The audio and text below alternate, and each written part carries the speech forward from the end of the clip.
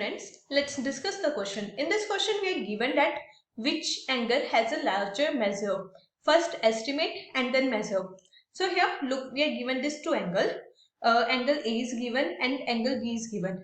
If we look from there, we can easily tell that, let's say, this whole angle is 90 degree and this angle is 90 degree minus, let's say, theta 1.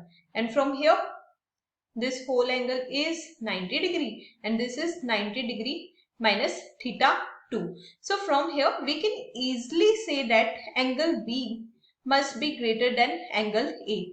So from here we can say that by estimating angle B must be greater than angle A.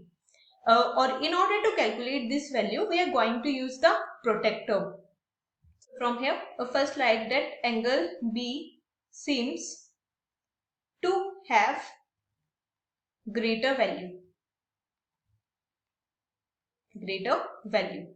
Now we are going to measure this angles using the protector. So while using the protector, what we have to do is we have to place the protector accordingly.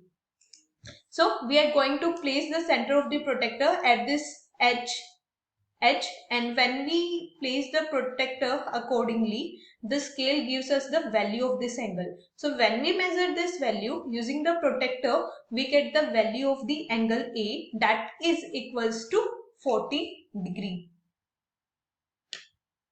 And again we are going to use the same process for B. We are going to place the center of the protector at this point. After that, the scale of the protector gives us the value of the angle, and when we measure this value using the protector, we get the value of the angle B, that is equals to 65 degree. So we can say that the measure of A is 40 degree and measure of B is 65 degree. So students, in order to solve this problem, we use the basic concept of angles. I hope you understood the concept well. Thank you. Don't forget to like and subscribe.